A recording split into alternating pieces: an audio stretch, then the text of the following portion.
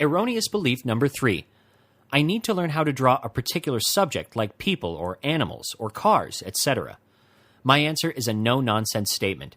If you have the necessary drawing skills, you can draw everything you see or can imagine without any limitations, even if you've never done this particular subject before. When you know how to draw and someone asked you, "Can you draw a girl or can you draw a car?" you would be smiling in return.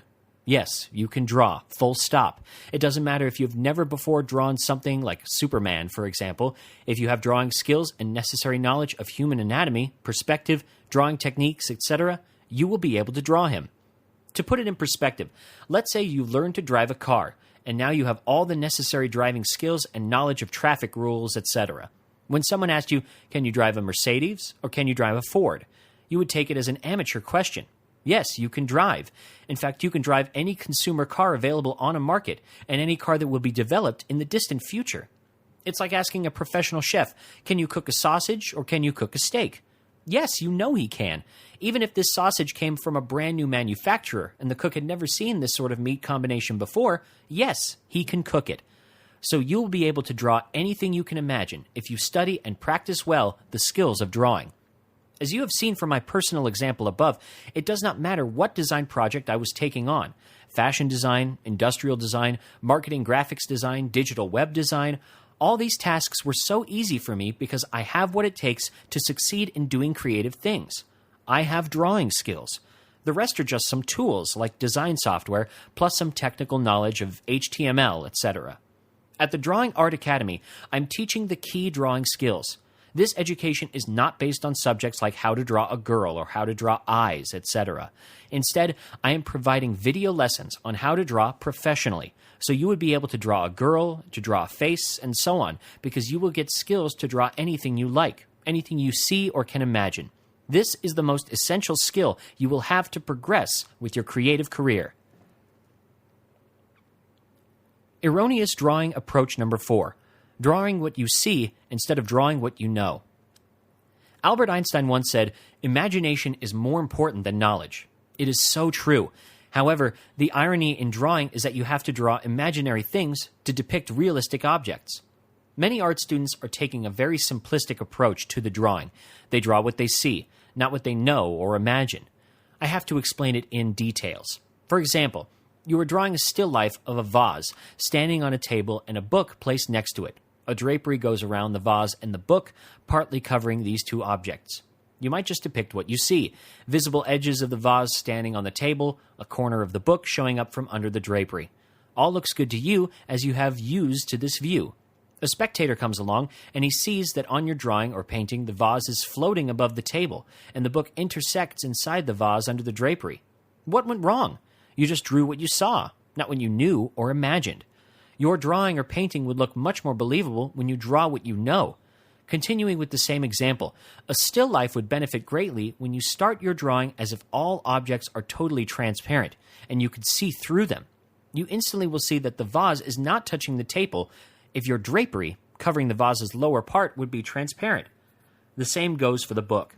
If you draw the imaginary edges of the book covered by the drapery, you would avoid its intersection with the vase. There are many other imaginary lines you shall deploy in your drawing. For example, the imaginary vertical line that goes right in the middle of the round vase. It is vertical axes. The imaginary horizontal lines that serve as main axes of the vase's ovals, its top, middle, and bottom circular edges. The imaginary lines of two-point perspective, which cross over in the vanishing points. The imaginary lines which indicate relationship and angles of your main drawing masses, and so many other imaginary lines, which help you to make a realistic drawing. The same goes for all other genres: portrait drawing, human figure drawing, landscape drawing, animal drawing, and so on. All drawing requires you to know the subject and draw what you know using some helpful imaginary lines, rather than just what you see. Of course, you may erase all those imaginary lines after you've constructed a drawing in right proportions, and helping guides are no longer required. You may say that you have seen some beautiful drawings done with no indication of those imaginary lines whatsoever.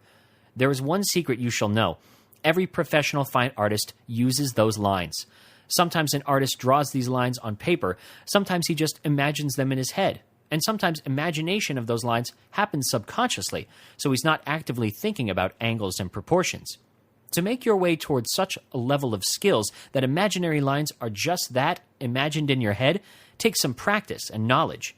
If you're a beginner, it's better to draw helping lines and later decide whether you would like to keep or erase them. At the Drawing Art Academy, you will see in almost every fine art video lesson how to draw what you know. I will teach you how to use imaginary lines that will help you to take your art to the next level. Once again, to master the art of drawing, you shall draw what you know and imagine, rather than just what you see.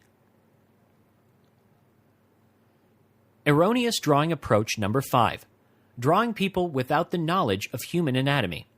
Everyone instantly recognizes the difference between amateur and professional portraits of human figures. Why is it so? What it takes to draw people like a professional artist? The answer to this question becomes obvious when we look back in the history of art. Ancient Greek and Roman sculptors had a good understanding of human anatomy and created beautiful busts, portraits, and human figure sculptures now displayed in various museums around the world. After the decline of the Roman culture, medieval art lost those antique traditions, and for many centuries, figurative paintings and sculptures were very simplistic. I would even say amateurish. This was due to the Church prohibiting any practical study of anatomy by fine artists. Until the Renaissance era, when several artists like Michelangelo, Buonarroti, and Leonardo da Vinci, despite the danger of being prosecuted for illegal at the time corpses dissection, ventured into unknown subject of the human anatomy. Armed with the anatomy knowledge, these artists create the greatest works of art human civilization has never seen before. How critical to a fine artist to know the subject of a human anatomy? Let us consider the following example. How important for a car designer to know what is inside a car to design a great-looking vehicle? Of course, he must be aware of the bones, or chassis, and muscles and joints, or engines and gears inside the car. Do you still believe that fine artists can draw great figurative artworks without any knowledge of the human anatomy? This coincides with another erroneous belief, that it is enough for a fine artist to draw what he sees rather than what he knows. In fact, the figurative drawing is mostly what you know about anatomy instead of what you see. Of course, you as a fine artist do not draw the portrait starting from the skull, wrapping it with flesh, and finally covering it with skin. However, such process might go inside your head when you draw a portrait. You should understand how skull bones affect the proportions of the head, how facial muscles move lips, jaws, eyebrows, and make emotions on a face. I have good news for you. The knowledge of all bones, muscles, and tissues is not required. You're not a doctor, you are the artist. However, you must know and understand at least the basic anatomy of the skeleton and skull, as well as main muscles under a skin. Such knowledge will propel your figurative drawing skills to a much higher level. At the Drawing Art Academy, you will have special video lessons dedicated to the topic of human anatomy for fine artists. You will discover all main aspects of this subject: how to draw human skulls and what bones make the skull, what important facial muscles influence the shape of the human face. You will also see detailed video lessons on the construction of the human skeleton, and most important muscles of the human body every fine artist must know. This also includes the anatomy of human hands and feet. On examples of dynamic anatomy, you will see how to draw human figures, portraits, and hands in movement under various angles. All these lessons will give you a valuable resource of better understanding how to draw a man, how to draw a girl, how to draw eyes, how to draw hands, how to draw feet, and so on. If you are a complete beginner, these lessons will be a great springboard for you to understand and master the drawing of human figure and human face.